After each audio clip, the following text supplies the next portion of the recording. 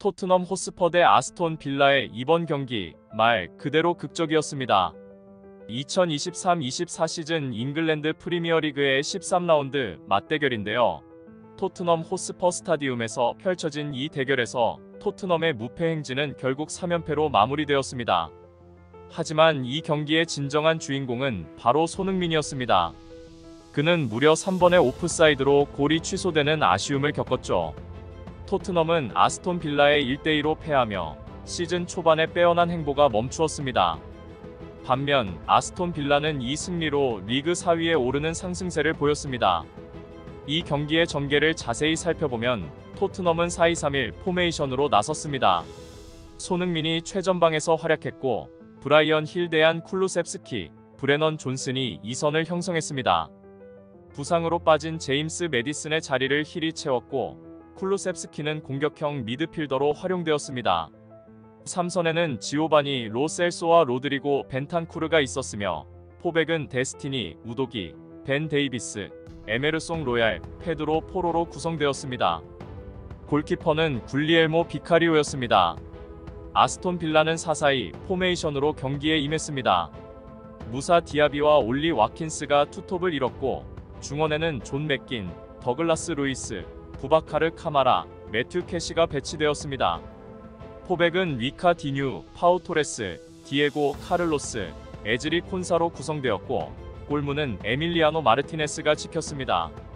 전반전 토트넘은 강한 전방 압박으로 빌라를 압박했습니다.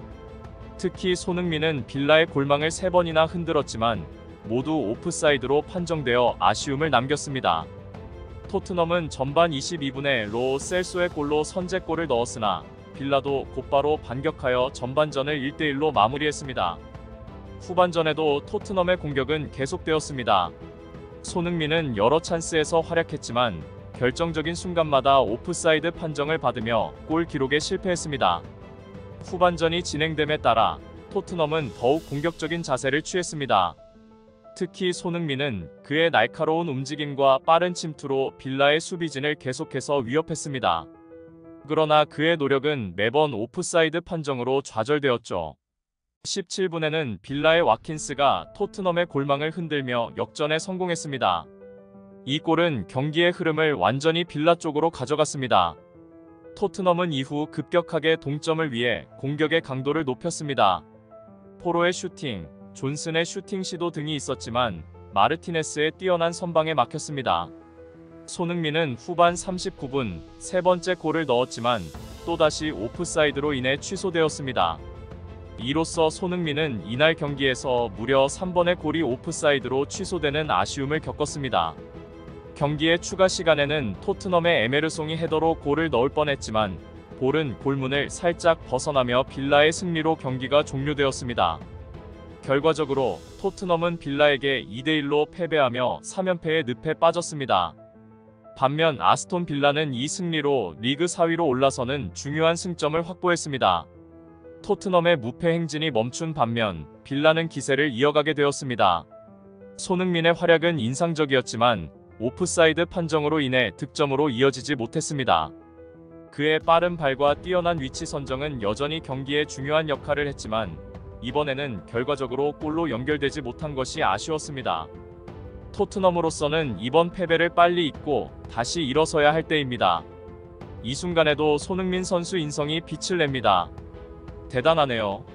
손흥민 선수는 아스턴 빌라와의 경기에서 득점을 성공시키지 못하며 역대급 불운을 겪었습니다. 이 경기에서 그는 3번의 골망을 가르고도 모두 오프사이드로 인정받지 못했습니다. 그의 오프사이드 해트트릭은 많은 아쉬움을 남겼지만 손흥민 선수는 이를 불운이라고 탓하지 않았습니다. 경기 후 그는 운이라기보단 어쩔 수 없다. 저는 운에 모든 걸 맡기는 사람이 아니다. 내가 준비를 덜한 탓에 이런 결과를 또 만들었다고 생각한다. 내가 더 크게 움직이고 더 부지런하게 움직였다면 오프사이드 상황에 걸리지 않았을 것이다. 내가 발전할 수 있는 부분을 더 생각하게 된다고 말했습니다. 이어 팀원한테 도움을 주지 못한 것 같아서 많은 책임감을 느낀다고 덧붙였습니다. 손흥민 선수는 시즌 개막 후 10경기에서 8골을 기록하며 뛰어난 활약을 펼쳤습니다.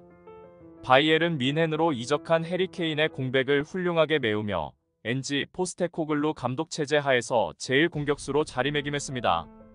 9월에는 리그 이달의 선수상을 수상했으며 10월에도 3골을 기록했지만 11월에는 침묵을 지키고 있습니다. 특히 최근 3경기에서 4번의 골치골 취소를 당하며 팀은 3연패를 기록했습니다. 토트넘은 부상자들의 부재로 인한 타격을 크게 입고 있습니다. 손흥민 선수가 책임감을 언급한 것은 이러한 상황에서 기인한 것으로 보입니다. 토트넘은 다음 주말 맨체스터 시티와의 경기를 앞두고 있습니다. 손흥민 선수는 맨시티에 대해 세계적인 팀, 축구를 가장 잘하는 팀이다. 실수 하나가 용납이 안 되는 경기이기 때문에 심적, 피지컬적으로 잘 준비해야 할 것 같다고 다짐했습니다. 이 경기는 토트넘에게 중요한 도전이 될 것으로 예상됩니다. 경기 후 분석을 해보면 축구 통계 매체 풋몹에 따르면 이날 경기의 스타는 단연 아스톤 빌라의 토레스였습니다. 그는 동점골을 넣으며 경기의 균형을 맞췄고 평점 8.6을 받아 양팀 통틀어 가장 높은 평점을 받았습니다. 역전골의 주인공인 와킨스 역시 평점 7.5로 인상적인 활약을 펼쳤습니다. 토트넘에서는 로 셀소가 가장 높은 평점을 받았습니다. 이번 시즌 리그 첫 선발 경기에서 그는 전반전 호쾌한 슈팅으로 토트넘에 선제골을 선물했습니다. 로 셀소의 골을 도운 포로는 평점 7.9로 토트넘에서 두 번째로 높은 평점을 기록했습니다. 손흥민은 이날 경기에서 3개의 골 취소를 당하며 평점 6.7을 받았습니다. 두 번째 골은 그의 움직임이 아쉬웠으며 첫 골은 존슨의 오프사이드로 인해 무산됐습니다. 손흥민은 2개의 슈팅 중 1개의 유효 슈팅을 기록하며 고군분투했습니다. 깜짝 출전한 힐과 에메르송은 낮은 평점을 받으며 아쉬움을 남겼습니다. 힐은 평점 6.7을 받았고 에메르송은 6.2를 받았습니다. 이날 경기는 힐의 이번 시즌 첫 선발 경기였지만 프리미어리그에서 적응하는 데 어려움을 겪었습니다. 토트넘은 이번 역전패로 3연패의 늪에 빠졌습니다. 시즌 초반의 기세가 빠르게 추락하고 있습니다. 포스테코글루 감독의 선임은 당시 많은 우려를 낳았지만 시즌 초반 토트넘은 리그에서 8승 2무의 무패 행진을 이어갔습니다. 특히 해리 케인의 공백을 손흥민이 잘 메우며 팀을 이끌었습니다. 하지만 첼시전에서 시작된 부진이 계속되며 팀은 현재 위기에 직면해 있습니다. 중요한 결장자들의 부재가 팀에 큰 영향을 미치고 있습니다. 메디슨의 창의성 결여, 반더 벤의 수비 안정감 부족 등이 부진의 원인으로 지목되고 있습니다. 다가오는 맨체스터 시티와의 경기는 토트넘에게 매우 중요한 경기가 될 것입니다. 이 경기를 통해 팀 분위기를 전환할 수 있을지 매우 기대가 됩니다. 또한 1월에는 손흥민이 아시아 축구 연맹 AFC 2024 카타르 아시안컵에 참가할 예정입니다. 이에 따라 토트넘은 겨울 이적 시장을 통해 선수단을 보강해야 할 필요성이 더욱 커졌습니다. 토트넘의 다음 단계와 이적 시장 전략이 어떻게 될지 축구 팬들의 관심이 집중되고 있습니다. 아직 구독 안 하셨다면 지금 바로 구독 버튼을 눌러주세요. 더 좋은 콘텐츠로 보답할게요.